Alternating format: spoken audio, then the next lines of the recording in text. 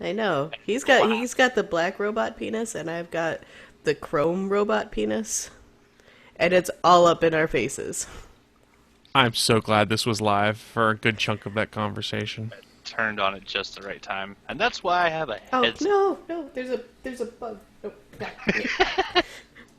I don't like bugs. I don't like bugs. If Five Nights at Freddy's had bugs on top of it, I would be so screwed. So you're saying that Five Nights at Freddy's 3 should include animatronic bugs with the animatronic monsters? We're already at 4. Okay, my bad. I didn't So know these 5. things. So are you meaning for 5? Because Sure, let's go with 5. I mean, it could Yeah. go to 5. I could see it do going to hate the 5. bugs. My workout went past dusk the other night, and by the time I got inside, I realized I had like 10 mosquito bites. One of them on the palm of my damn hand, and like 6 on my right calf. Well, like, you see, I've I been think doing nothing but scratching that damn leg since, what was it, Thursday night? Driving me nuts. I figured by now your palms should have toughened up pretty good. They're hairy, but they're not that tough. Ew. Anthony, go get laid. Yeah, as if it's that easy. I'm not a female. Yeah. It's not easy for a female either. Yes, it is. No, it's not. Any woman in America can basically Okay. walk into any bar Okay, and walk well, out with someone that will let- fuck them. Let me clarify this. Quality, not quantity. I didn't say nothing about quality. All I said was it's a lot easier for a female to get laid. It's true. They have the secret weapon. That secret weapon I call boobs. I showed Well, mine on the show last That week. secret weapon is that they make the decision whether or not they're having sex that night. Also a true statement. Yes. Also a true statement. So I had a story I was going to tell. I'm just going to save it for the end of the show, though, because I think letting people open up to the Chrome Robot Penis comments just speaks for itself. Because, and Willie in the chat room was like, I just All popped up in in your face. at All up Chrome in your Robot face. Penis. All up in your face. Robot penis is all up in your face. I'm kind of wanting to put that as the episode title, but at the same time, I'm afraid that gets us permabanned from somewhere. From Who where? knows? Well, I don't know. Who I would will ban say- us for robots. Whoever So bans I've- us, fuck them. I will say this. Last week's episode, The Myth of the Female Orgasm Part 2, in one day had 80 hits. Yeah. I know what Click- my shit always works sometimes. Clickbait titles, they do work. Clickbait, Ooh, man. Yeah, I'm going to talk about clickbait in my news of the week, too. Something pissed me Ooh. off. So before we move into the news of the week, Willie says in the chat room, he goes, "Hey Bachman, I'm getting divorced and women are coming out of the woodwork. Did you have that similar experience, or is it different in Idaho?" No, they're not. Well, there was a couple right there at first. But yeah, after that it had kind of faded away. But I hope he has a hell of a lot of fun. Because yeah, I did have a month there that was fucking awesome, and then now, fucking nothing. Single life. Reborn. But yeah, I hope he has a blast. If they're coming out of the woodwork, fucking nail each one of them to a wall. Excuse me. As the resident female on this podcast, I take offense to Oh, this. come on, they're only going after him now because he's vulnerable. No. Again, no. I don't even know how to respond to that. I can't force choke Anthony for some reason. It's not Nope. working. That's because it's I'm not a Force Sith. Friday. This is Force Sunday. It's because I'm a Sith Lord and I can block it. I too am a huge fan of Darth Vader. You just haven't seen the mask I made yet. Me and Kylo Ren are buddies. I think you just broke Willie's heart in the chat room. He goes, "No, just a month? Oh no!" Hey, I only had a month, but yeah, I'm in backwoods Idaho, so you know he No. might get to do better where he's at. See, it's funny. See, when I got into a relationship is when all the dudes came out of the woodwork, and I was like, yeah, you had like 6 years where I was single. But you see, Naki, that's because you were forbidden fruit. Forbidden fruit is far much more enticing at that point in time. So I've thought That's how about it works putting in the these wedding ring things. back on. Well, Because when I was wearing it is when I was getting those dates. I guess you Yeah. could, but then you might be inviting karma just to fuck with you. That's true. And suddenly, wife is back. No, that's not gonna fucking happen. She's not even in the country. Fucking Wow, you- gone for good, and I never have to deal with her ass again. Because I actually just gave her half my retirement. So I'm fucking done with all that shit. Is your penis that scary? She had to leave the country. Apparently. I did upgrade my jewelry. And today I learned Anthony has a pierced penis. Yes, you did. It doesn't bother. I know. See, there's things I don't need to know about my friends. That falls in that category. Yeah, it does. Sorry, Chris. Fun fact, I went with my friends to get their junk pierced. And they're gay, but I mean, I held their hand because it hurt. Like, I was worried what you were going to say you held for a second there. Nope. Hands. Try to keep them, relaxed. Look, we're close and all. We're not that close. Not that close. Yep, I've got 11 tattoos. My 12th is coming up, and at one point or another, I've had 13 different piercings. All of them have been taken out except for one. I kept the one because I wouldn't re-pierce that. So. I've never thought about piercing my lady area. I mean, I've seen it on porn stars, and I've heard that you get the breeze and woohoo. But I've never been like, yeah, I totally want to stick a needle down there in my junk.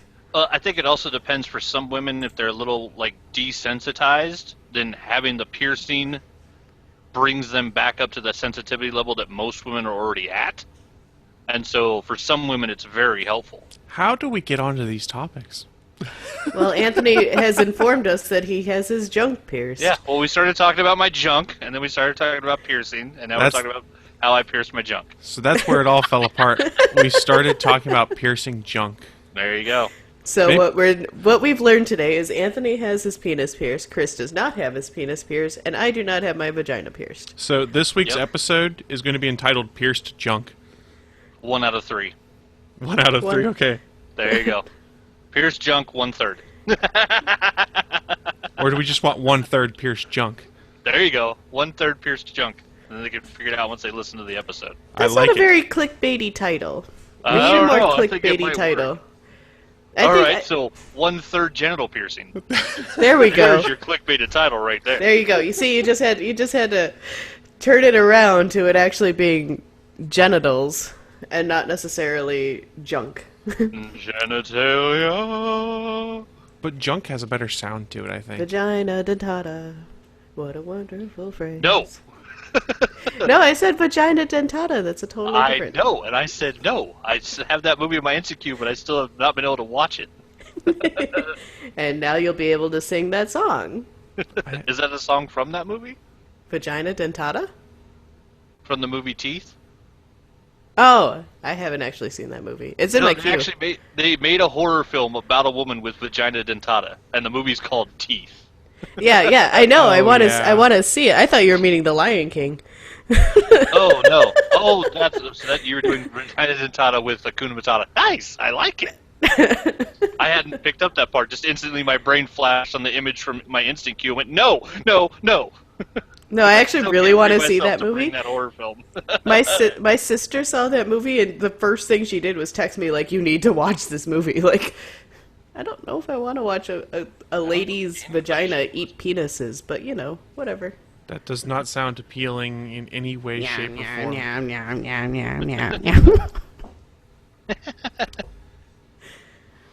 I'm sorry, not sorry. I don't even know how to segue out of this. We are the anti-sexy this morning. I have no idea how to segue, so I'm just doing this. Live from the ATGN studios on the internet, it's the news of the week. Guys, I was so ass-whipped there, I really had no idea how to get around it, so I just was like, fuck it, start the news. We'll automatically just segue. Hopefully the magic of editing makes people think I know it. Oh wait, I don't edit. So everyone's going to know now that Chris was just ass-whipped and was like, we got to get off this topic because I have nothing successful to add to it. There are worse things. Vaginas with teeth scare me, man. That's all I'm going to say. Why do you know about vaginas with teeth? Because I remember seeing a trailer for that movie. Oh, okay. Yeah, and it was like, ew. So I'm gonna let someone do their news. Anthony, what do you got for us news-wise? I got that last Sunday ended very, very poorly for me and a whole lot of horror fans with the death of Mr. Wes Craven. The saddest day. Yes. I actually have Scream running in the background again, just because I fucking love that movie. I watched Nightmare on Elm Street 4 times this week. I don't know how anybody could not know, but Wes Craven is the guy who actually invented Freddy Krueger. He started working in horror films back in the 70s. He was actually a college professor and started basically became friends with Sean S. Cunningham, the producer and the guy who got the Friday the 13th series started. And if I remember correctly, Wes Craven was actually an unpaid intern on the first Friday the 13th.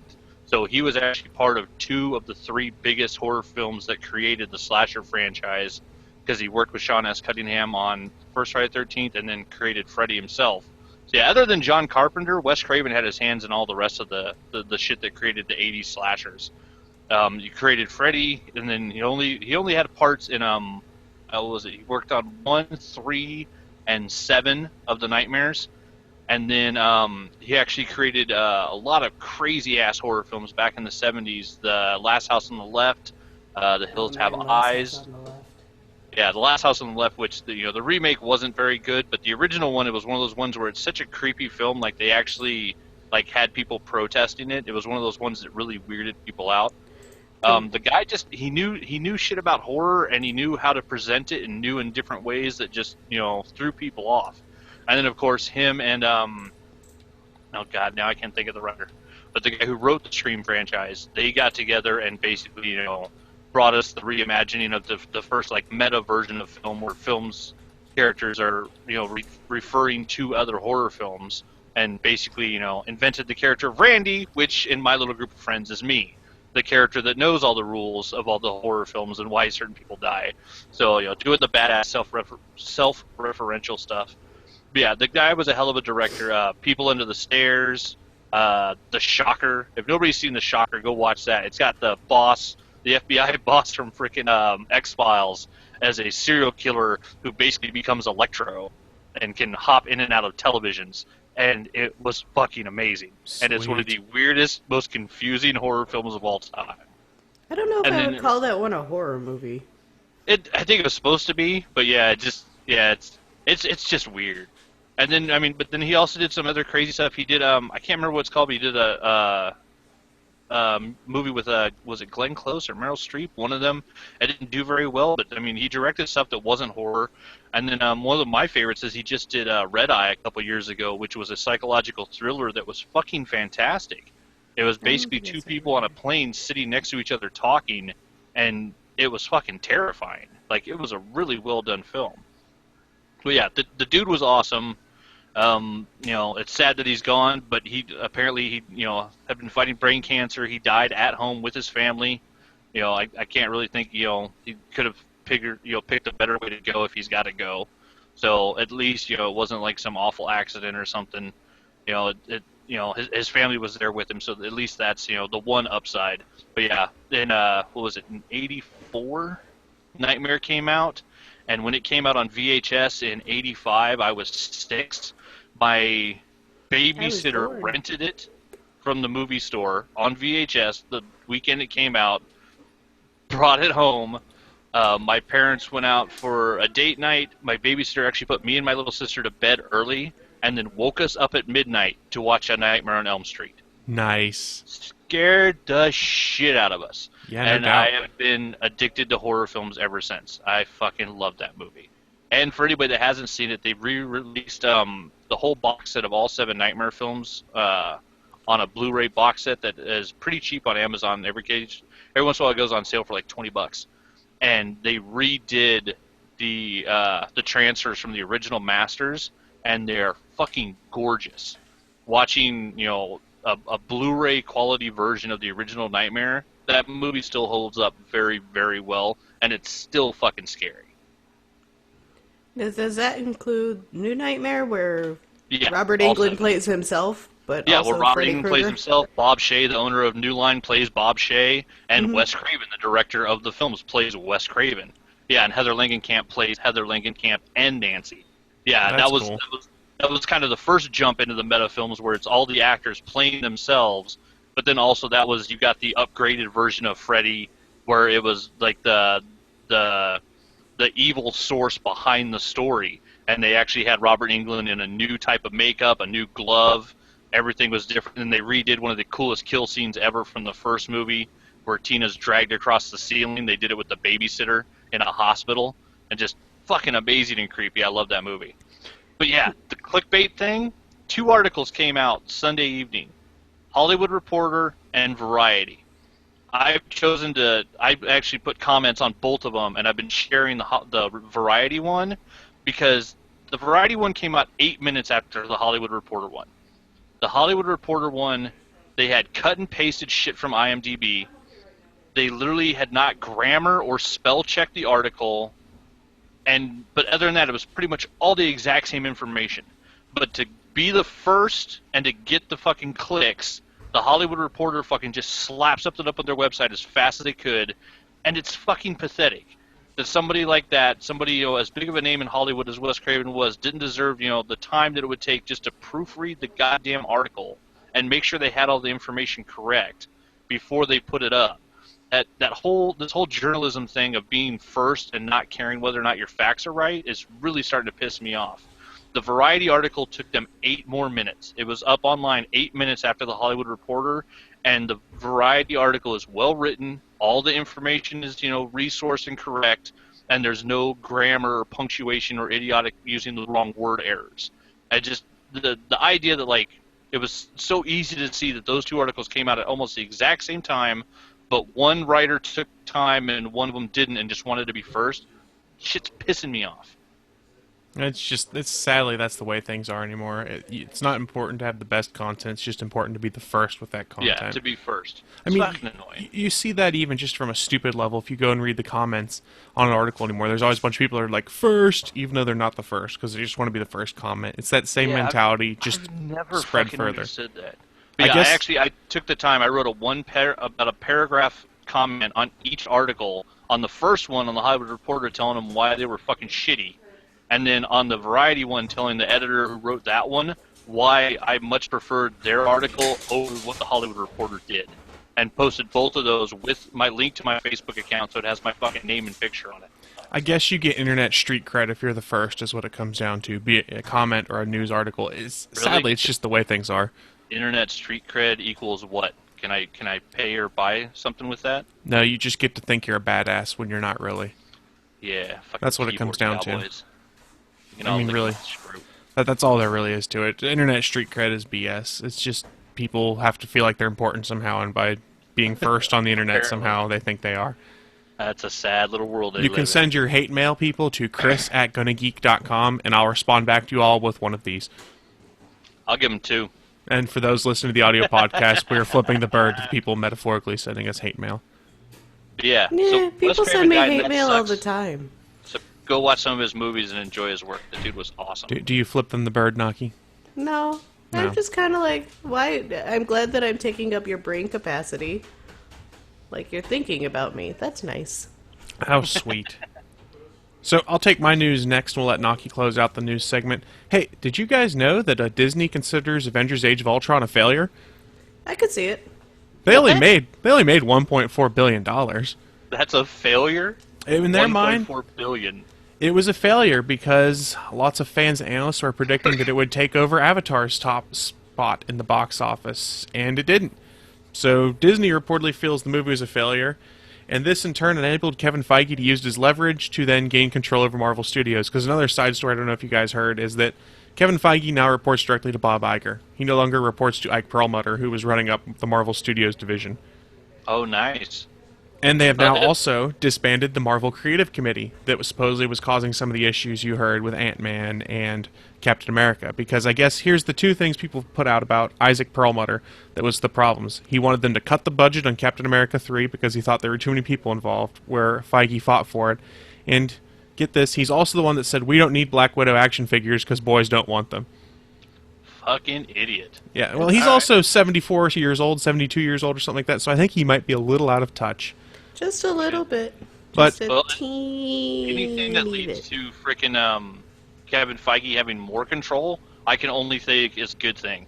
That kid learned Marvel films at fucking Avia Rad's knee, and he's just fucking awesome. Kevin Feige has made some great decisions when it comes to the Marvel's films. This is probably a mixed blessing that happened. The fact they consider $1.4 million a failure is ridiculous. It made a crap ton of money. Billion, not billion. I thought I said billion. My apologies. And cost them what? It probably cost them like 200 some odd million to make, another 200 million in advertising because they advertised the fuck out of that movie, and still they got double that back just from ticket sales before toys, before DVD, before international DVD and Blu-ray rights. Like, they might consider it. It may not have done what they wanted, but it sure as fuck wasn't a failure. Yeah, that movie made a ton of goddamn money. If you believe the rumor sheets, basically, is that Kevin Feige and Ike Perlmutter, who was heading up Marvel Entertainment as their CEO, clashed repeatedly, and supposedly Feige had, and this is from the dirt sheets say, I can't guarantee it's true, Feige basically said, either we change how this works or I'm gone. So I think we might have dodged a bullet, because Kevin Feige has shown that, at least so far, has shown he has a good understanding of how the MCU should work. And he's pretty much consolidated his power here. He is now not having to share power with the Marvel Entertainment CEO, nor is he having to worry about the creative committee coming in and overriding him on stuff. The creative committee will still be involved to some extent, from what I've heard, and that includes some of the writers and stuff from Marvel, like Quesada and Brian Michael Bendis. And I was gonna say they're not gonna get rid of it completely, but I can see them not having control.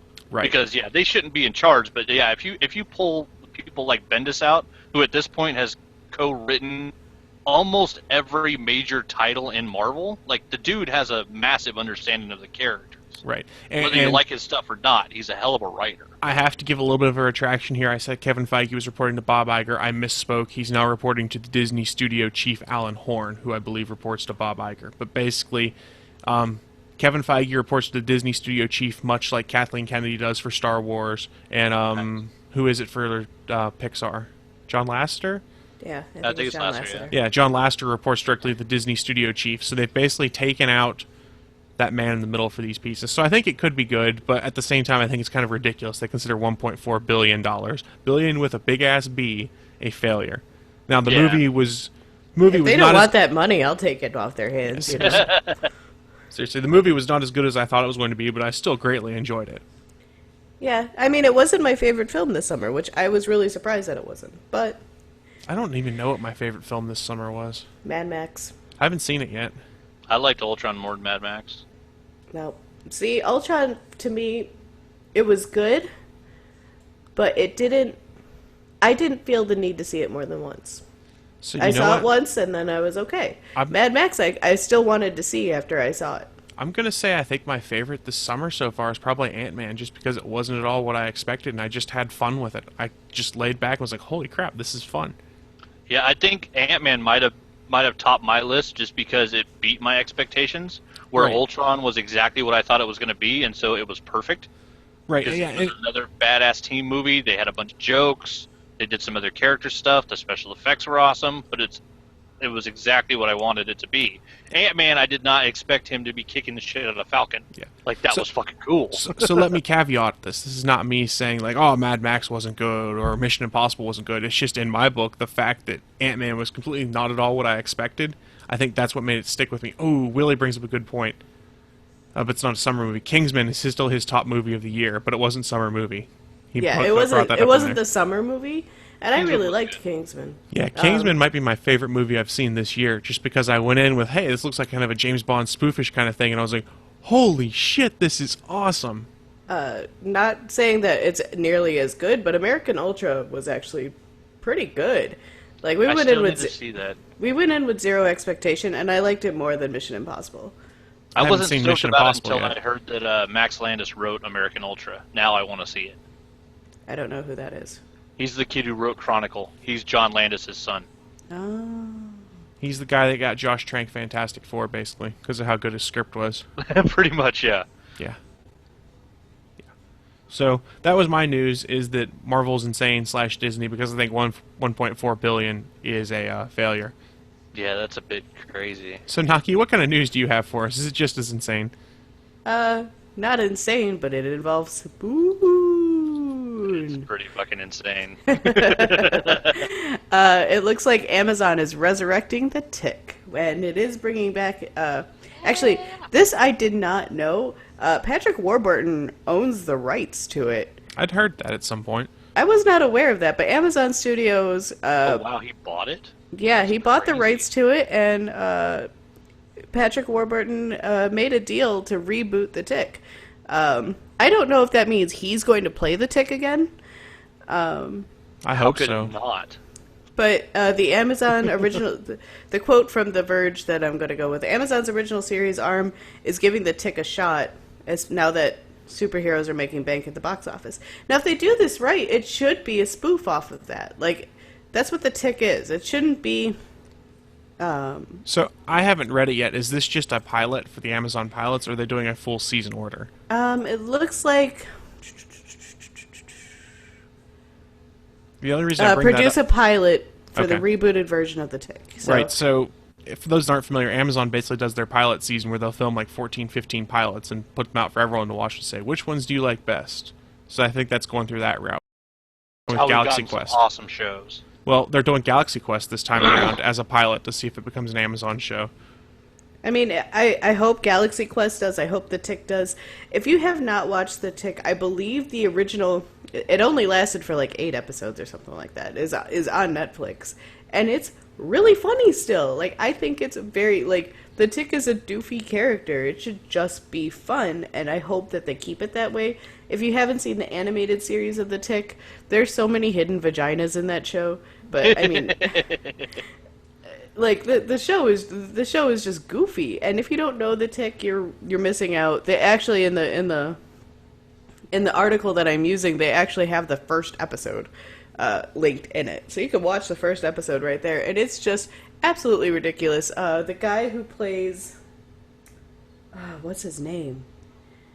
He was the guy who always looked like he's wearing eyeliner. Batman.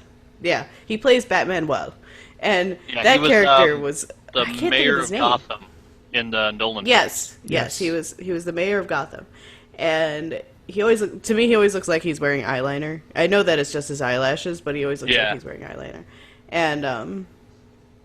and he plays Batman well, who is a fantastic the Tick character. Is not currently on Instant Queue.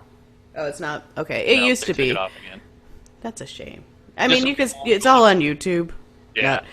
But I mean, it's such a random ass show. It's only 8 episodes or something like that, and it's worth your time. It's each episode's only like a half an hour too. Like, it's not even a long show. Yeah, it's the best thing Patrick Warburton's ever done. Yeah, I mean, He's He funny is in- and good he- in every other role, but he is perfect as the Tick. he's in Tales of the Borderlands. He is. Oh, does he do a voice in that? Yeah. He's one of the main characters through the first 3 episodes. Don't spoil it. I still I haven't didn't. played. He becomes more of a bit player after a while, that's all. Calm down. Calm down. Simmer down, killer. Yeah. I don't even know how to respond to that, Naki. Okay, so wait. I'm going back into the chat room right now. So I I'll just let you tried read this. Willie just posted. God damn it! Why am I reading You this? want to read that? Willie posted in the chat room. I just tried anal for the first time. Not a fan. Go vagina. Well, what was the context behind that? I think it was Anthony started that chain before talking about the Kingsman end scene. Oh, Well, actually, Yeah. I think the Draftsman started it. I just continued it. all right. Kingsman ends. Drasman said Kingman ends in a joke about butt sex. We all wanted to kiss a princess and well do all the other stuff. Anthony says, "Indeed, I totally want to save the world and fuck a princess in the ass for my reward." And that's how we got to where we are now. Come on, that's a hell of a reward. A princess giving up the ass? That's awesome. Much better being told your princess is in another castle. That's some bullshit. Okay, so if you're so pro anal, you take it. You take it up the ass. Depends. From who? Stephen Amell, I might consider it. It's not gay if it's Stephen Amell. Just like That's it's not true. gay if you let Patrick Stewart fuck you either. That's just you have to do it because of who it is. It's not. It's not gay if the balls don't touch. Okay, there we go. That works. We'll go with that. There's some people, it doesn't matter whatever sex they are. You just don't pass up the chance. Willie Nelson said we're making him blush. That's what we're here for. Damn right. But I mean, I'm all for whatever makes you happy, as long as it's all consensual and nobody gets hurt. That's right. Or they only get hurt because they consensually wanted to get hurt. Yes, That's fair too. That falls in the consensual. That falls in consensual. Anyways, now that we're talking about up the butt, I love I it don't- when we go random. I don't know how to follow. I don't know how to end that. I just wanted to say that. See, now you guys know how I felt at the beginning of the show when I was like, I have no idea how to segue out of this, and I just played a bump. Sadly, I don't have a bump to get us out of this. Bump for it? I don't have another bump right now. So we don't have something to get us out of up the butt. So I'll We have just no try way and to throw. transition out of anal sex. So we like to play games on this show, and not necessarily games involving anal sex. Worst segue. That's the worst I know. segue. I knew it as I said it. So you just have to roll with it. So we like to play games, just not necessarily ones involving the butt. One of the games we like to play is a game we call Clever Cosplay, which I have kind of co-opted from our old friends at the Fanboy Buzz. Our difference is we generally take some of the least... Nothing up the butt. Good.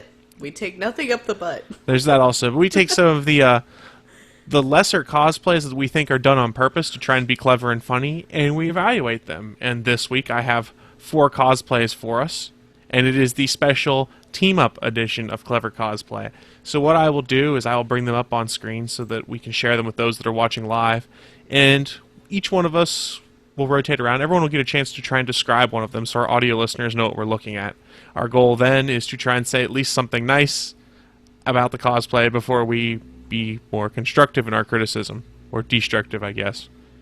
I'm think that always makes sense. nice. I don't know what's wrong with you people. So we'll start off first. I'm going to let Naki describe this one as it comes up on screen. This is the first in our Clever Team-Up edition of Clever Cosplay. I'm going to give you the Avengers, Naki. That's actually really clever. I see. I give clever stuff away. So it looks like the cardboard Avengers. It looks like that's what Yeah. they did. Is they did the cardboard and duct Avengers. Yeah, there's cardboard and duct tape and a bicycle helmet. Captain Rogers is using a cardboard shield, but for some reason a striped shirt and a silver helmet, bike helmet. Thor has what looks like it could be a black trash bag with some duct tape. Iron Man is definitely all cardboard. With a scarf. With a scarf. I'm not quite sure why the scarf. I don't know if that's supposed to be Bucky or Black Widow. I was thinking Black Widow at first. But I could see it being Bucky because of the silver arm. And by silver, I But mean it's plastic the wrong wrap. arm. It's the wrong arm. It's And she has plastic wrap on the plastic legs, wrap around too. the knee, Yeah. Yeah.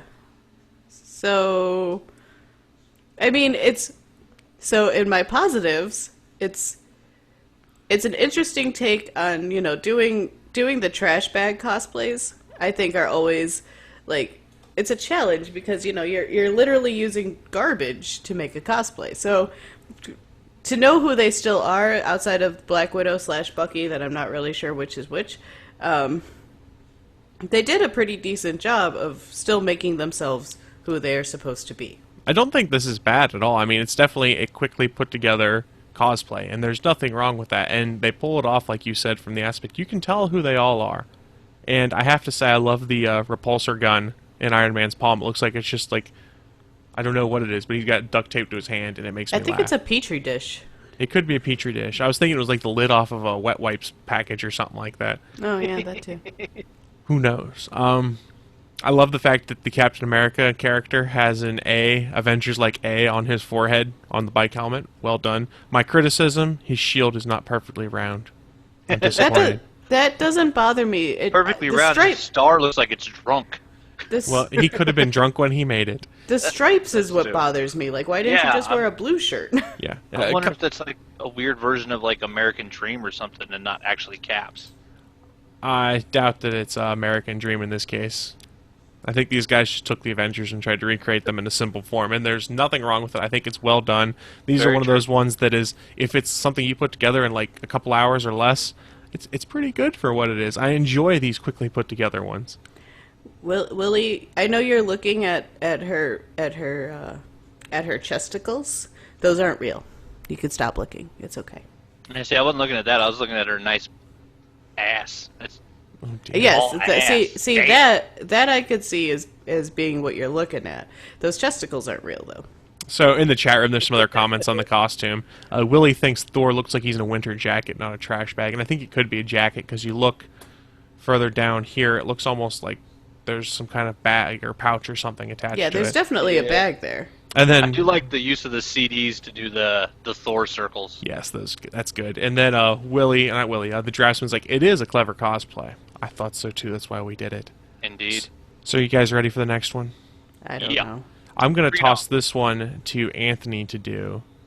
This is the cast of Frozen Oh. on a wicked wine run, I'm told. I was say, yeah. Can you zoom in? I'm zooming it in right now. I haven't seen Frozen. I Creepy hate as Frozen. fuck. I hate Because Frozen apparently so all much. but one of them have their character done on a paper plate and then strapped to their face. I kind of think that's hilarious.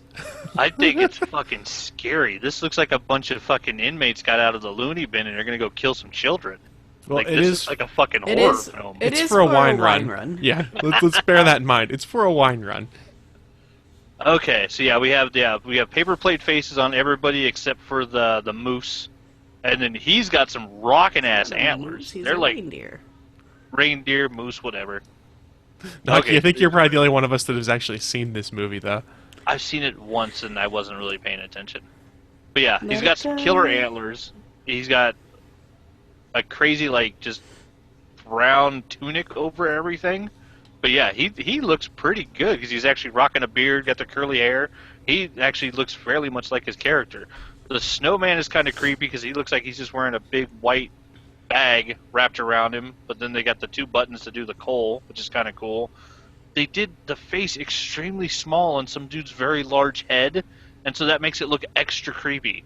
And same with the chick that's bending over. Like That's the face. Is that Anna? So yeah, so Anna's face is about 8 inches tall on like a darker paper plate or piece of plastic on a full-size human head.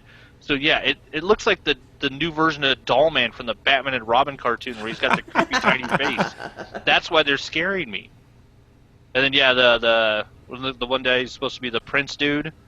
He's got just like running clothes on, but he looks kind of cool. It's a nice, easy costume. And then whoever the other princess is behind, what's Elsa? Frosty the Snowman's name? Elsa and Olaf. Olaf. So yeah, so Elsa, you can't see much of her except it looks like she's got another half a creepy face and then a crown. Yeah, just And then the face they're Kristoff creeping is me be- out. They're creeping me out. Kristoff is behind Sven.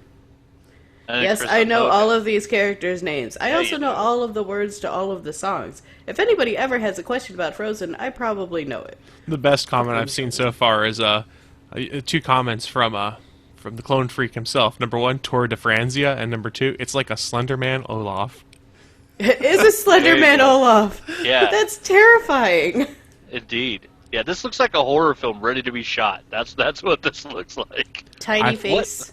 What is a wicked wine run? I don't know. It's probably just one of those 5Ks where you get. It's a boozing 5K, is my understanding. Yeah. So you okay. you run like half a block and you get a glass of wine, and then you run another half a block and then you get a glass of wine. Can you The imagine trick being is shit-faced drunk at the end of this and seeing these 6 crazy fuckers coming at Well, you? see, that's the I would point. shit myself. That's the point. You want these crazy costumes when you do an event like that because That's they'll true. just F with you. It's true. We do the Thanksgiving 5K in my neighborhood every year, and there's always a dude who's running in a diaper with a turkey on his head. Exactly. I mean, you got to have the random crazy S in there. And So- he's always the first place winner. Because nobody wants to run near him. Well, no, he actually is a runner. Yeah, that makes it a little easier. So I have 2 more left. I'll describe the next one, guys. This is the Scooby-Doo gang. It's actually not bad. I thought so too. I like the Scooby costume. Well done. Well done, Scooby-Doo. So let me nice. try And it's an all-male Scooby gang. It's all male Scooby gang. So let me start front and center. We have a guy that's cosplaying as Scooby-Doo. He has painted his nose either, it looks like it's a darker brown, much like Scooby's nose is. He's wearing a long sleeve t-shirt in which he's cut out some felt circles that he seems to have glued or taped onto it, so well done. He even has a Scooby-Doo collar on around his neck. So spot on. Even has brown shoes to continue the whole brown theme to be Scooby. We'll go with Shaggy. That one's probably the easiest costume to do. It's just a dude wearing a green t-shirt and khakis. That one's pretty easy. All you really have to do. We have Dude Velma next, who's just wearing what would appear to be an orange short-sleeve turtleneck almost. Mm-hmm. With maybe, it looks like a wig. I'm not sure what the wig is made out of, though. Yeah, it could be just one of those cheap-ass wigs. Yeah. And then we have a guy cosplaying as Fred, who even is rocking the ascot with the white sweater, so kudos to you, good sir, for rocking the ascot. I got distracted. Sorry, I'm looking in the chat room, and Willie said, I usually have a crush on Velma. I'm oddly confused now. Awkward boner. Awkward boner. And finally, probably what is the least good of these cosplays, we have Daphne, where the guy is rocking a red wig with a hairband, a green scarf, and it looks like almost a purple towel, just to be her dress. I don't know. No, I think it's a purple muumuu. A purple muumuu. That could be it, too. A poncho. I have to say, he still has brown shorts on underneath, so at least he's not dong out. That's true. He's not donging out. So I have to say, for a quickly put together cosplay, I could definitely see this being hilarious, like a Halloween party. This definitely looks like a bachelor pad too. It's probably a bunch of college guys. The Well, I boobs love on that the wall. it's Jesus surrounded by a bunch of photos of chicks with their tits out. Yeah, the best comment so far is the Clone Freak saying, I didn't know Jesus was part of the Scooby Gang. Little did you know. That's how they caught all those pesky, costume dwellers. In all seriousness, the Scooby one, I think, is pretty well done for a really quick cosplay. That's probably the best one out of this group is Scooby. I like his beer stains on his shirt. I feel like it just adds to it. That's because they've probably been drinking. I mean, look at the expression on Scooby's face here. Oh, yeah. He looks drunk. He looks hammered. Yeah, Daphne's Is scaring that a me. condom? Velma's pretty good. I actually have to say the best one is Fred. It looks like frickin' what's his face from High School Musical? It looks like Zac Efron. It sort of does. Fred. I'd have to say though, I'm actually disappointed in Shaggy. He's not Shaggy. He doesn't have any scruff on his face, and his hair's not long. Those are the things you have to be Shaggy. You have to look like a dirty fucking hippie. This kid is clean cut. He doesn't look like a dirty fucking hippie. You could never be Shaggy, Anthony. Yeah. So you don't look like a hippie. Before we move on to the final Clever Cosplay, just a reminder, audio listener, if you're trying to figure out what it is we're looking at in our descriptions or poor enough you can't figure it out, go to the show notes. These are all in the show notes. You can click on the links. It takes you directly to the MGUR site, and you can see them for yourself and have good laughs. And feel free to pause the podcast when you look it up, and then you can go do it. So we have one left. As you come back. And because it's been like 3 months since I found these, I don't remember what it is. And so either Naki or Anthony, you guys can take this one. Even better. This would appear to be Star Wars. Are you sure? Yeah. I love it. This one's Star Wars now that I remember right. And Naki, why don't you take this one? Holy shit. I don't know how to I'm trying to figure out what the green blob is. Is that supposed to be Yoda? I think it's supposed to be Jabba. Is that Yoda's supposed to on be the Jabba? left. Yeah, Yoda's on the left. Oh, yeah. Okay, so we have a trash can, an actual trash can with a sign taped onto it that says R2-D2. But it's the right color scheme to be R2-D2. It is the right color scheme. It's blue. We have Princess Leia, who actually looks pretty good, except for the fact that she's using an inflatable lightsaber. It looks like the Thunderstick versions of lightsabers that they have. Oh, okay. It looks like a large dildo. It's not a dildo. This is actually from Kevin Smith's movie. This is the Star Wars cast photo from Zack and Miri Make a Porno. Actually, they had much better costumes than this. I was going to say, they had really good costumes. Well, the trade-off is they had a budget. These guys, Probably Yeah. we're on You a can very tell this cheap was not budget. a budget. This is what was in Dad's garage. And you know Well- what? I'm totally okay with it. Jabba, I think it's supposed to be Jabba. I think so. It's It's gotta be. in a green trash bag with a hole ripped in it and some aviators making a face. Yoda is a guy in green pants and a green shirt and a red jacket on his knees holding a stick. And it looks like he might have made ears like out of like white paper that he scribbled green marker on. I like to think that it's green highlighter. I think that's supposed to be Darth Vader, but it looks like somebody in a burqa. That's the Black Knight from the Holy Grail, playing Oh. Darth Vader. Gotcha. Yeah, it's just a dude in a black shirt.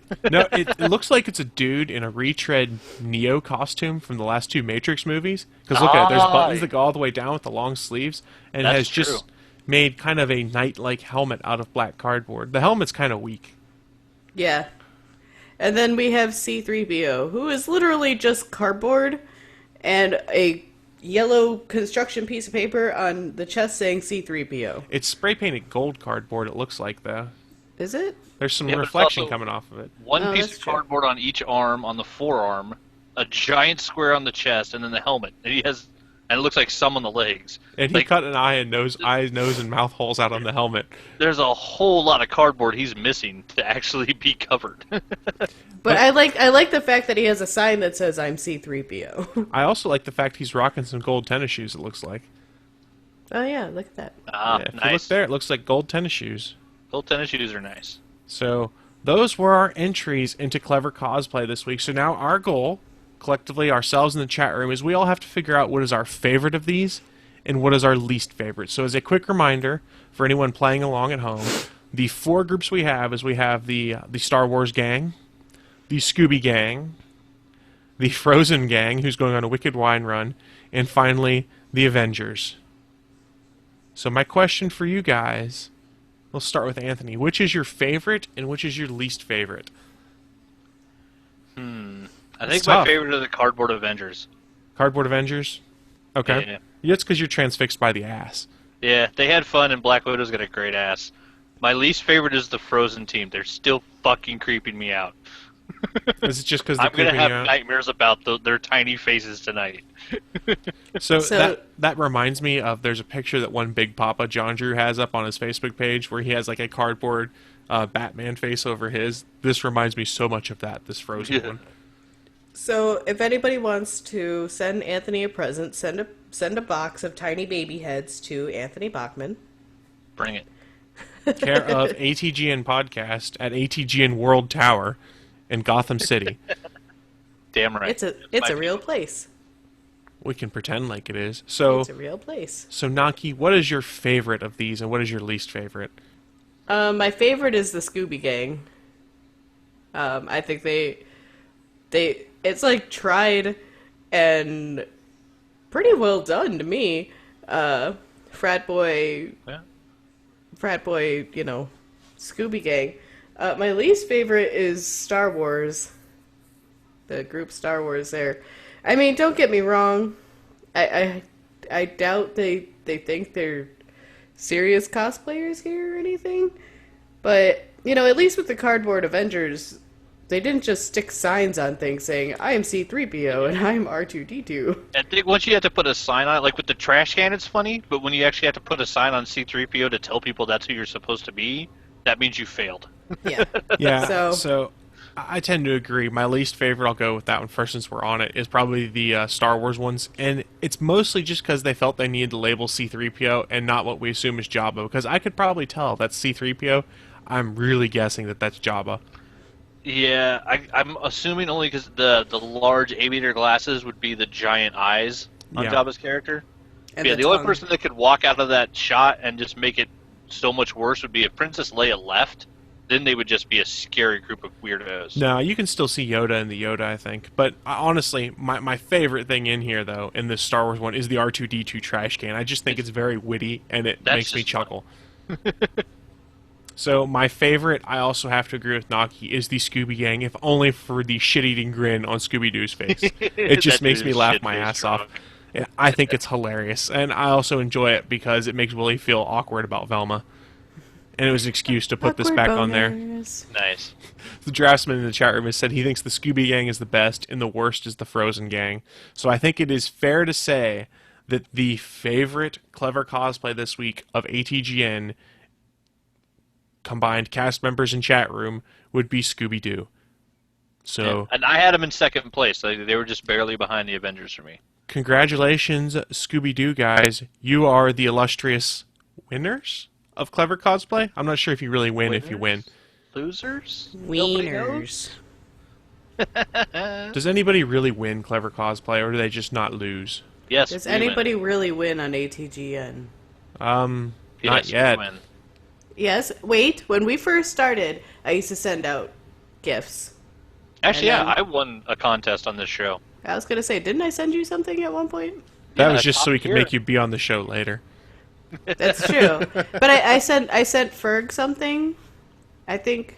That's right. We had gifts at one point when we were well connected. Well, Yeah. and we would have said something for the previous contest if like more than one person had tried. Oh yeah, that contest flopped. That's my bad, guys. It did. Oh It's all well. Chris's fault. Whatever. I We'll do own it. something again later. I own it. I'll take that one. So, looking at the time, we've probably got about 10 minutes left till we should start wrapping up. So we'll do that in our traditional way. We're not going to touch on any more news this week because news is boring and dick jokes and things like that are far more entertaining. Penises. Indeed. So, if you're a longtime listener to the show, you probably know how we close up the show. If you're new to the show, we'll fill you in.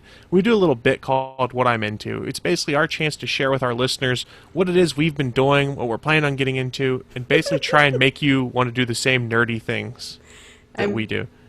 So since you keep saying what I'm into and what you're getting into and stuff like that, every time you say that, I want to say penis after every time you say that. That's Well, what you're into his penis. He's getting into penis. He's Naki, if you have a All better about idea the for penis. what to call this segment, you're welcome to help me change it. It's been called this for like 170 episodes, so I know, it and I seems like still it's our wanna- best idea. I know, and I still want to call it penis. Every time you say it, I'm like penis. So, He's gonna Naki, get to penis. Naki, what are you getting into this week? What are you planning on getting into? Keith, my fingers are crossed for you, dude. Sorry, boyfriend. I'm sorry you have to listen to me yell penis. All If she says penis, you're in, man. Speaking of which, I have a text message. Tell Naki that she's about to get into some penis. So this week I've been Robot penis. robot penis. There you go. Which, if you do want that as your ringtone, email Chris. He has a copy of it. I do somewhere. I think I lost it. I still have it. So there Okay. you go. Email Naki. Anyways, so I was really sick all this week, so I did not get to work out because I couldn't breathe, which sucked. And so like I started feeling better Thursday. Yesterday was my first day without taking any medication, so I was up till 5 o'clock in the morning because I was on Benadryl, and Benadryl basically just zonks me out. But during my sick time, I watched the movie Snowpiercer, which I've been dying to watch. I heard it's fun. It's an interesting movie. It's a post-apocalyptic movie. I'm interested. I know they're not going to make any sequels or anything to it, but I liked it. It was good.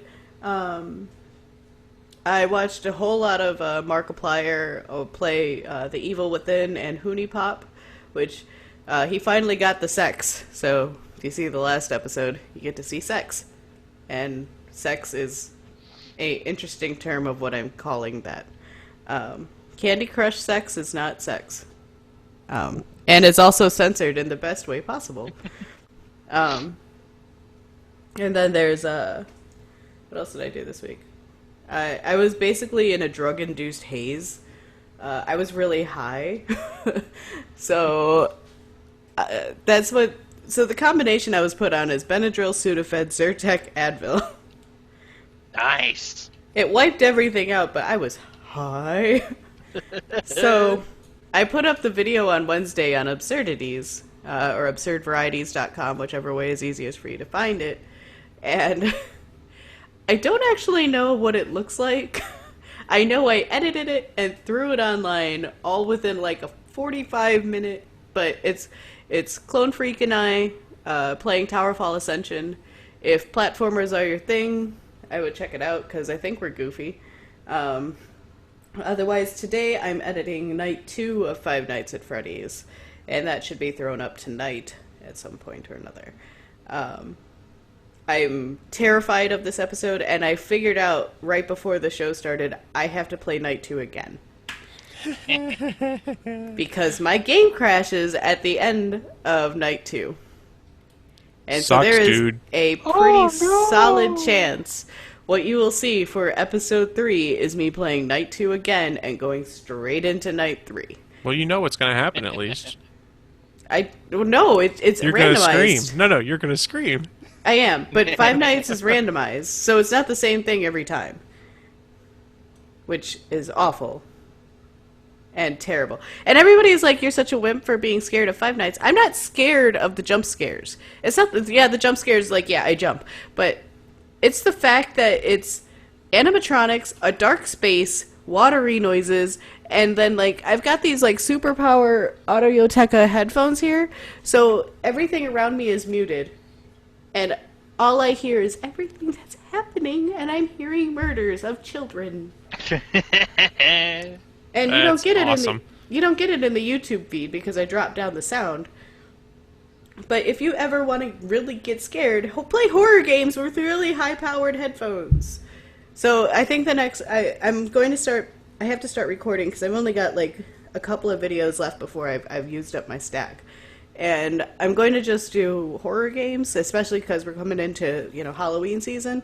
So I've got Slender Man, I've got the Hatman Shadow Ward, I've got Spooky's House of Jump Scares, I've got a shit ton of horror games that is going to start coming out, and I'm updating every Sunday and Wednesday. So that's my ramble. Yeah. That's it? Poop, penis. Oh. Dick butt. So I'll go next. We'll let Bacon. Anthony close things out. First of all, Borderlands: The Handsome Collection. I found it on sale for $25 when it comes in the mail. I will continue playing Borderlands on my Xbox One after I port my characters over, because I forgot how much I missed that game. And playing the Borderlands Telltale Games version has brought back my love of that franchise, I think. Let's see. Next, I got a new game on iOS and Android I've really enjoyed. It's called Lifeline. The premise of which it's kind of like a choose-your-own-adventure game that happens in real time. And what has happened is an astronaut has crash-landed on a far-off planet, and the only person he can talk to on his emergency beacon is you. So you have to give him choices of things to do on the planet to help him try and escape. And it's kind of heart-wrenching at times when you tell him to do something. You're like, I don't think he's going to survive this. And then you have to wait like 4 hours to hear back from him. Because he's like, it's going to take me a few hours to do this. So you kind of sit there, you're like, did I kill him? Oh, crap. Like, for instance, one of them is he's got a bunk down at night, and he's like, well, I can either stay in the ship, but it's getting really cold, or I can go camp out by the reactor core. He goes, but I'm afraid it's going to put out too much radiation and kill me. What should I do? So you have to either tell him to freeze, or stay in the ship and maybe freeze to death, or potentially go get radiation sickness. And then that hangs over you, because you literally have to wait almost real time to hear back. So you'll tell him to do that, and it just kind of sits there, and eventually your phone will beep and be like, hey, you have a message from Travis. And you're like, oh, I should go check this out. It's 99 cents right now on sale. And if you're like me, I do the Google survey program a lot on my Android phone, so I have tons of free Google Play credit. Totally worth the 99 cents. I have been really enjoying it as I try and get this guy off the planet, but I feel terrible when I accidentally get him killed. That sounds really cool. It's actually really fun. It's 99 cents on both iOS and Android, so give it a try. It's straight up choose your own adventure in real time. So I've really enjoyed that. Let's see, next thing. SP is to blame for this. We found a new site. It's called blab.im. It's kind of like Periscope for up to 4 people live, and we might try doing some stuff on there in the future for other programs. We did a Gonna Geek podcast and a Starling Tribune on there. You basically log in with your Twitter credentials, and you can have up to 4 people on screen at a time. But the cool thing is the chat room is like instantly synced with the video. There's no delay like we see here, for instance. So as you're talking, the chat room's responding back in kind. And if you have an open seat, people from the chat room can join in on the conversation. So whoever created the room can be like, yeah, I want to let person X come on and talk to us. So you can have some really interesting group discussions and rotate out the panels. So we played with it some with Starling Tribune. We might try and play with it some with this going forward. I don't know. We'll figure something out. 2 more things I have. if you're watching the live stream, you've probably noticed I have a different mic in front of me this week. You can blame One Stargate Pioneer for that, who posted a link to us that said, hey, look, all these Audio-Technica microphones are on sale. So I picked up the AT2005. I think it was on sale for $55, and I picked up a new shock mount for it. I have really, really liked it so far. I think it gives me a little bit different sound, and it is also really good because in the winter when my basement is hella cold, I can actually leave my space heater on and not freeze to death when I'm podcasting because you all won't be able to hear it.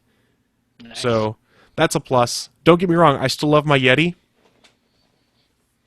In fact, it's still sitting right here, and I'll probably use it for some other stuff going forward. And I also just like the look of it because it's badass looking. And let's see. Oh, last thing. If you missed it, it was Force Friday this Friday. So it meant all the Star Wars toys came out. So I kind of went on my merry way just to see what all was out there because I like the thrill of the hunt. I only picked up 3 things. If you're watching live, I'll share it on the screen share. For those audio listeners, what I picked up, first of all, I got one of the titanium ship models of the new Millennium Falcon because I had one when I was a kid. So I put it in a display case with that. And then I picked up 2 Funko Pops. I got the Captain Phasma one just because the chrome Stormtrooper armor, fucking awesome. And then I also got the Kylo Ren Target exclusive one, which I thought was really cool because he doesn't have the hood pulled up over his head. So you can sort of see that his helmet is very Vader-like in the back, with the shell that drapes down over the neck a little bit. So it was really cool.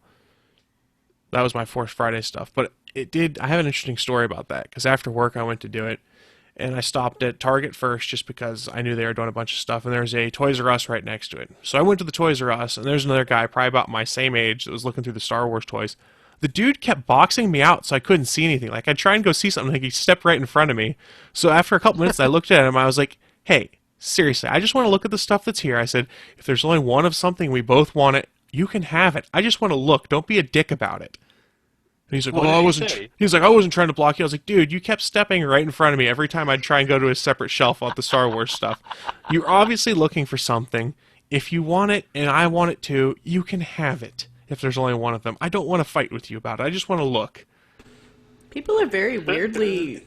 I guess I understand collecting, but I don't understand collecting to the dickhead point. Yeah. Like, and I did. That was something that I never. When I worked New York Comic Con, for the first day, my stage didn't have really anything going on, so I was working in the show store, and there was this dude who came in to buy one of the limited edition comics. You know, they do the special comics, and he literally took the entire case of comics and was looking at every single. And I was like, dude, they're all skewed about the box. You're not gonna find the best one. He's like, oh, I'm just making sure, you know. And he went through, I swear to God, there had to be over 2,000 comics in that box, and he went through every single one and then didn't buy one. Yeah. Well, I mean, this guy I ran into at Toys R Us, I really wanted to look at him and be like, you really think that these all came out at midnight, that at 4 o'clock in the afternoon you're going to find a treasure that someone didn't pick up already? I was like, I wanted to be like, you're just being completely ridiculous. Just let me look. I didn't even buy a damn thing from Toys R Us, so all his efforts to box me out amounted to nothing.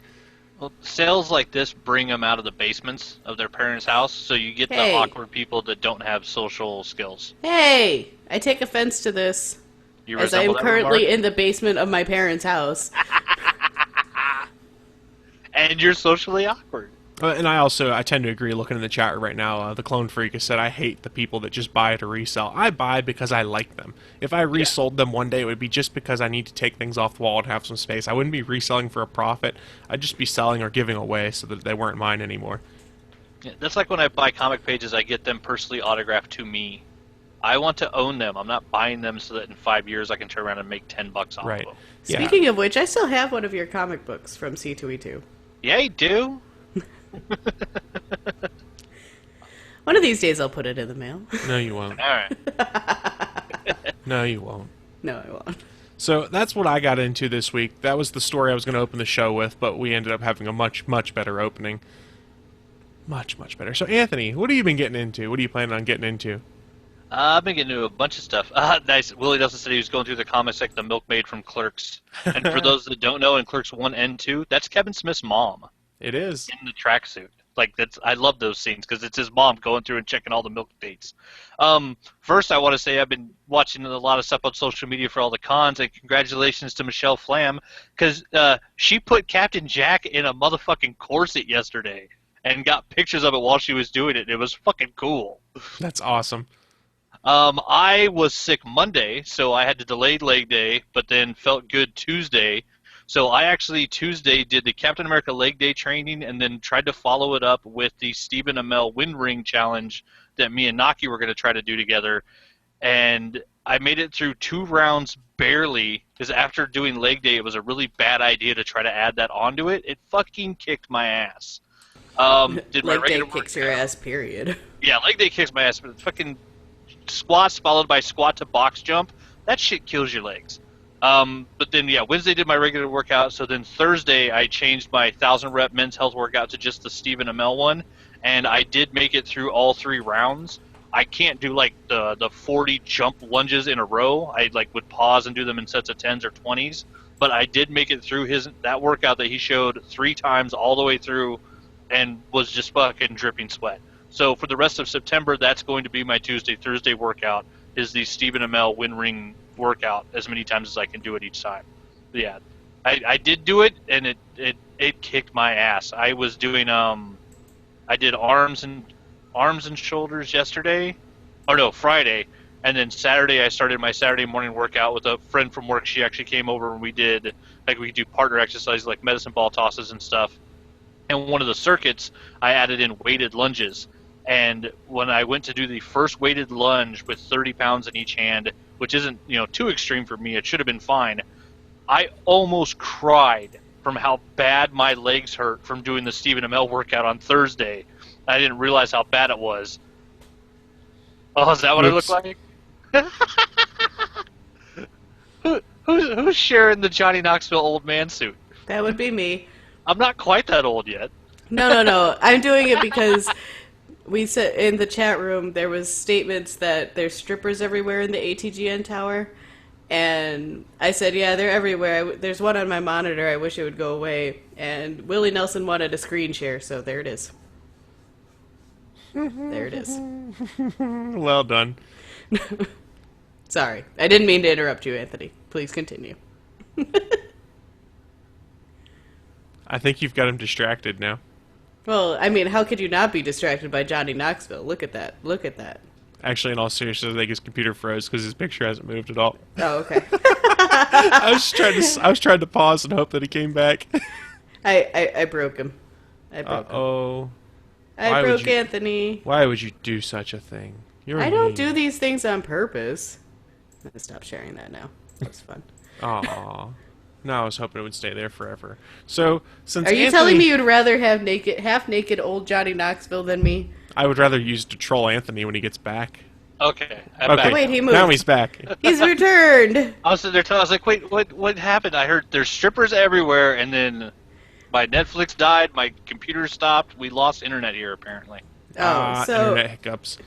Yep. So, in the ATGN tower, there's strippers everywhere. I said, yeah, they're everywhere. There's even one on my monitor. I wish it would go away. And Willie wanted a screen share. And Okay. I was sharing. And that was what it was. Sharing is caring. Okay. I thought I was starting to feel bad. I mean, I know I'm old, but I'm not that old. Jeez. Yeah. Yeah, Choices. my workout's going good, so that was fun. I got another stack of comics to go through that I'm still not quite done with, but I've read through some of them. Yep. We have a hiccup. Internet hiccups. Internet hiccup. Uh-oh. Now we have 2 Anthonys. We have 2 Anthonys now. Uh-oh. What do we do? There's too many Anthonys. That time it actually kicked me out and then brought me back in. Yeah. Google doesn't like Okay, I'm internet trying to hiccups. Apparently. I'm trying to go quick. Kids at the Round Table from Action Lab. This is a really cool take on the whole Merlin story. Real fun one. Really great artwork. Age of Apocalypse from Secret Wars Battle World. It's bringing back the Age of Apocalypse X-Men. That one's awesome. And Sandoval, Coelho now is doing the artwork, trying to look just like Joe Mads from back in the 90s. Really fun artwork. The Last Days of Silk. They're ending the Silk story for what will come out of the new Silk series coming out of Secret Wars. The artist change on this one's a little weird, but it's kind of cool. There's a little bit of resolution finally with Silk's family and a moon. Spider Island is still probably the coolest book coming out of the Secret Wars. It's Manhattan where the Spider Queen's still in charge and Flash Thompson's trying to save everybody, even though at this point like 99% of all humanity has been turned into spiders. So this one's been really cool. They give to try to get people back on his side. They use mind-altering substances so the Queen couldn't control them.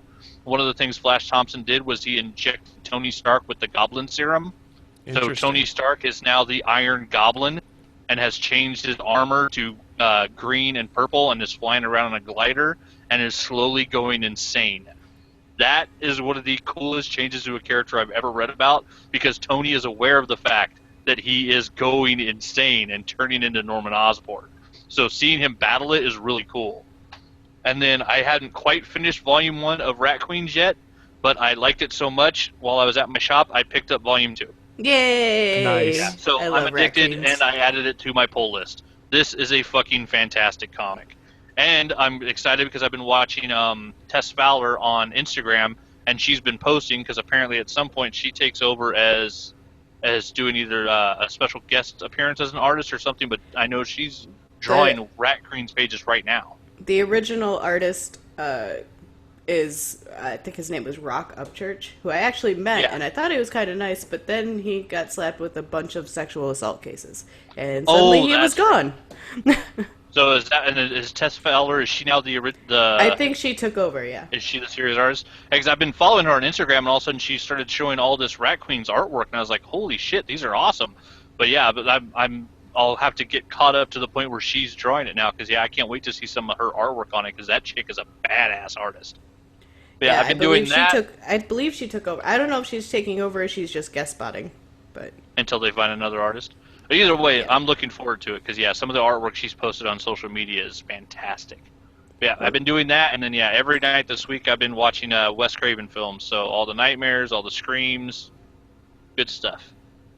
See, I actually one of my favorite workout shirts is a Rat Queen shirt, and it's what's her name?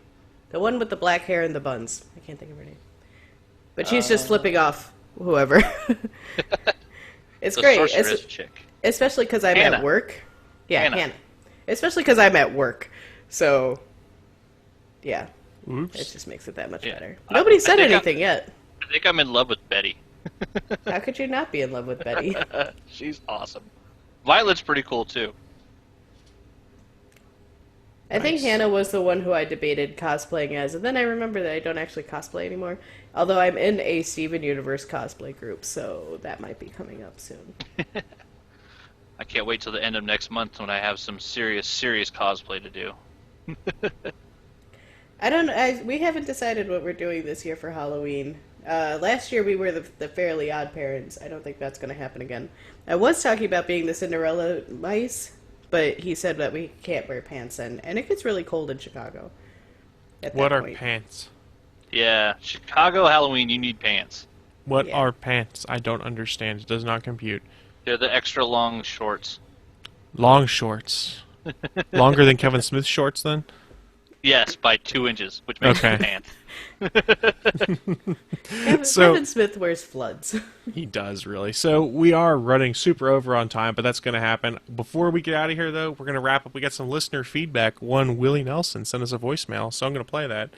Uh-oh. Hello, fan and friend of the show here, Willie D. Nelson. I'm just calling. I fell in love, guys. I fell head over heels in love with this new PlayStation 4 exclusive Until Dawn. I got it just in time. Even with the sad news of Wes Craven, this is a definite inspiration by all the horror films of our day, from the 80s and 90s. You can definitely tell it. I would say definitely give it a try if you can. Get PS4, Chris, Naki, Bachman, and try this game. Oh my God. And every listener out there, be prepared to be scared and amazed by this game. They do I'm only about halfway through and I'm just in love with it. Well guys, I hope you have a good Sunday. I'll be in the peanut gallery. you know, hanging out, saying what's up. You probably already mentioned it. Yeah, I know, I'm cool like that. Well, anyway, guys, gotta get to work. It is early in the morning. Peace out. I love your faces. Later. And so Willie does want to point out. Willie wants to point out in the chat. He mentioned this before Naki's Facebook post about that game. So it's like you read his mind when you started talking about that game and needing a PS4. So Nice. I wasn't going to watch Markiplier's Let's Play of it, but I was doing research on the game because I'm like, oh, I hope it gets ported over to Steam. It's not getting ported over to Steam. So I started watching Markiplier's Let's Play, and after the first episode, which is only about, I think it's about half hour long, so after only the first half hour of the game, I'm like, I need this game. I need this game. I so want to play Until Dawn, and I am seriously considering a PlayStation 4 for one game, which is ridiculous, and it's stupid, but I want this game that badly. Wow. Maybe I'll have to get it too. I need me a PlayStation 4. It seems like, and I'm only, like I said, I've only watched Markiplier's Let's Play of it. I haven't been watching, Xbox for life. I know. I'm an Xbox fan. But the thing is that just by watching Markiplier's Let's Plays, it seems like a mixture of like Wes Craven meets Joss Whedon and, you know, like Cabin in the Woods style. And I'm like, I'm sold. Sold. I want this. I want this. You tell me I want anything this is really Cabin in the badly. Woods style, and I'm gonna buy it. So I want this super badly. And Boyfriend has stated he wants the Darth Vader PS4 that's coming out in November. It looks sweet. So maybe if he gets it, then I'll just kind of like buy a copy and then sit in his basement for a week. I mean, I don't think he would complain. Well, and just much. a heads up, the PS4 and the Xbox One both integrate very nicely into Twitch, so you could live stream your playing it on a Twitch channel and then export to YouTube. Which I do have a YouTube channel now, which you should check out at absurdvarieties.com. You could see me scream a lot at Five Nights at Freddy's. I mean, I play Nihil Umbra and Towerfall Ascension as well, but you know, it's here. We do need to start wrapping things up. Thank you very much, Willie, for your voicemail. We do appreciate hearing from you, especially when it makes Naki want to buy more games that will make her scream on camera so we can laugh at her. Indeed. It's a good combination. Draftsman, I wanted to bring up something he mentioned in the chat room. He was asking if I'd heard about the Humble Bundle for Star Wars books right now. If you're interested, you can go to the Humble Bundle page. They are doing a bundle of all of the Star Wars audio, or a lot of the Star Wars audiobooks, including the original trilogy radio dramas. And I think for $15 you can get them all right now. I downloaded them the other day. It was probably about 2.5 gigs worth of Star Wars audiobooks. Holy moly. I'm super intrigued. They're going to go in. That's what I'm going to listen to when I go to the gym, when I'm doing the cardio stuff, is just listen to Star Wars audiobooks. I can't wait. Seriously, though, Star Wars audiobooks for $15, you get all the original trilogy. It's totally worth it, because there's some great, great voice talent that goes into those. So if you get a chance... Humble Bundle actually got me last week. The Might and Magic sale was too good. Humble Bundle got me 2 weeks ago when they're doing the Telltale Games sale, where I got like 6 Telltale games for $20. It was bad, man. I'm Basically, poor. if you're not checking the Humble Bundle weekly, you're missing out on amazing things. Yes, so that's going to be my final plug to close the show. But don't forget, if you've enjoyed listening to this show and you want to hear some of the old stuff, you can find us over at atgnpodcast.com. The back catalog is there. Our live stream page is there. If you like some of the music we use for bumps, all the links to where those Creative Commons licensed music can be found are on that page also. If you want to get in touch with us, there's all sorts of ways to do it. The social media ways would be Twitter at ATGN or on Facebook at facebook.com/allthingsgoodandnerdy. If you want it to be a little more personal getting in touch with us, you can leave us an email. Send it to atgnpodcast@gonnageek.com. Or if you want to be a badass just like Willie Nelson, give us a call on the ATGN hotline. That's at 304-806-ATGN. Just don't forget, we do this podcast live every Sunday at 11 a.m. Eastern, 10 a.m. Central, and I don't do the math from there because I'm lazy, over at live.atgnpodcast.com, channel 3 of alphageekradio.com, and when I remember to do it, gonnageek.com/live, which I forgot this week because I suck. 9 in the mountain. 9 in the mountain. And don't forget, you can also see Willie Nelson play Quiplash right after this show.